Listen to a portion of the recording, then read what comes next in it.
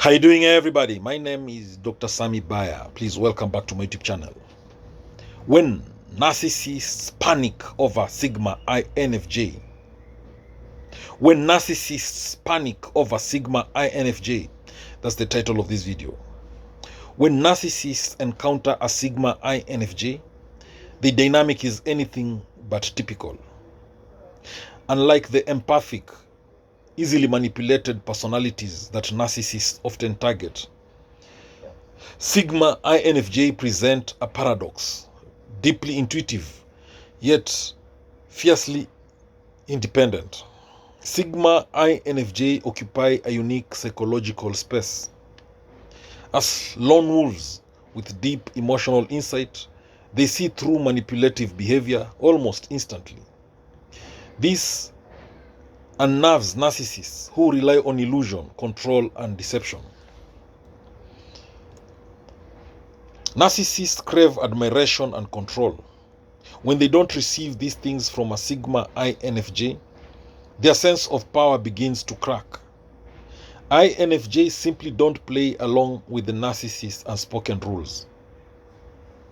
At first, narcissists may be intrigued by the mystery of the sigma INFJ. Their quiet confidence and intense presence can appear as a challenge, something to conquer, but it's a game the INFJ refuses to play. Sigma INFJ are rare and self-sufficient. They don't seek validation from others, least of all from narcissists. This immediately makes them a threat to narcissists' ego. One of the most panic-inducing traits of the sigma INFJ is their emotional intelligence. They can sense falsehood and manipulation like a radar, often without needing a single word spoken.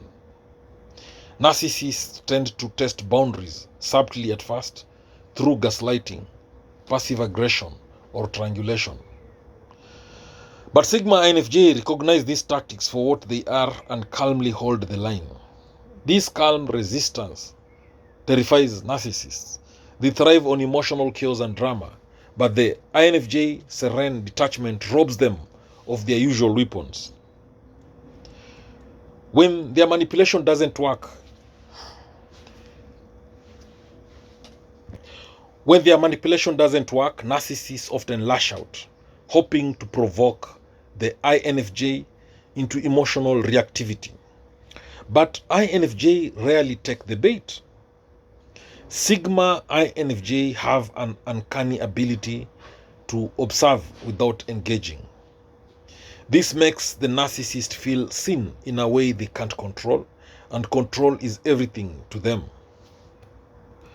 Narcissists may begin to feel exposed, as if their mask is slipping. This is the first true moment of panic. They realize they can't manipulate the INFJ. To regain power, the narcissist might alternate between charm and cruelty, hoping to create confusion. But INFJ are well acquainted with duality and deception. Rather than falling into confusion, INFJ quietly start constructing emotional boundaries. They detach, step back, and evaluate with piercing clarity. This emotional clarity is devastating to narcissists. The INFJ can articulate what the narcissist is doing in a way that strips their behavior bare without rage or drama. Narcissists crave admiration. The INFJ offers only understanding. But understanding is not the same as approval. This distinction infuriates the narcissist. The INFJ empathy is a powerful weapon. It allows them to see the narcissist's inner child, the wounded self beneath the ego. This forces narcissists to confront a truth they desperately avoid. When narcissists feel emotionally cornered, they often escalate. They may attempt smear campaigns, sabotage, or try to discredit the INFJ. But the INFJ rarely responds in kind. Their quiet dignity and self-respect render the narcissist games ineffective.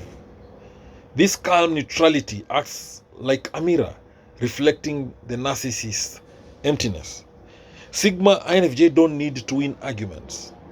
They simply remove themselves and that absence hits harder than any confrontation would.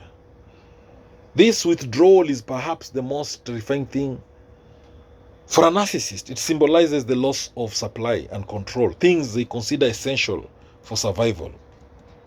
Over time, the narcissist begins to realize the Sigma INFJ is not coming back.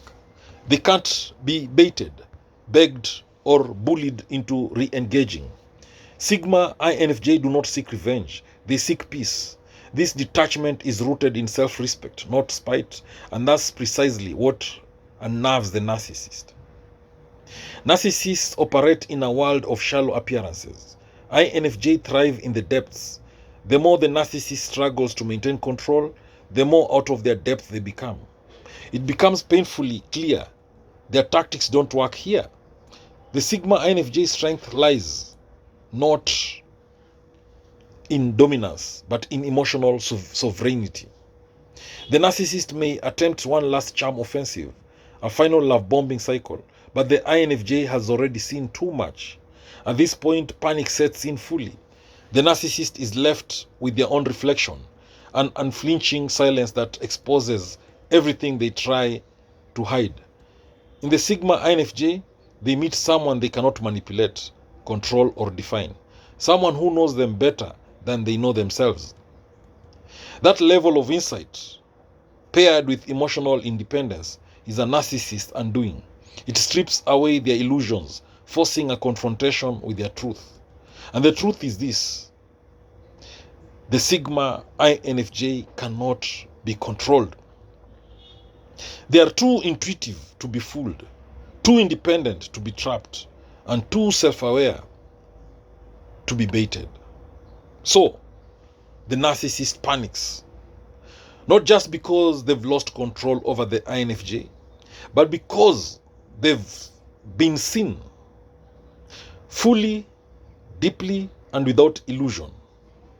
And that is their worst nightmare. Now, let me repeat this again. In conclusion, why the narcissist panics is because, not just because they've lost control over the INFJ.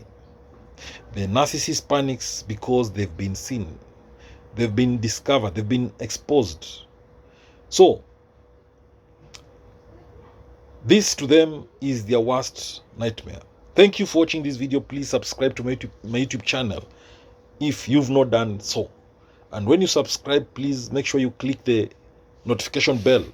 That way, every time I upload a new video, you get notified about it. Remember, knowledge is power and learning is the superpower. Hey, don't forget to subscribe.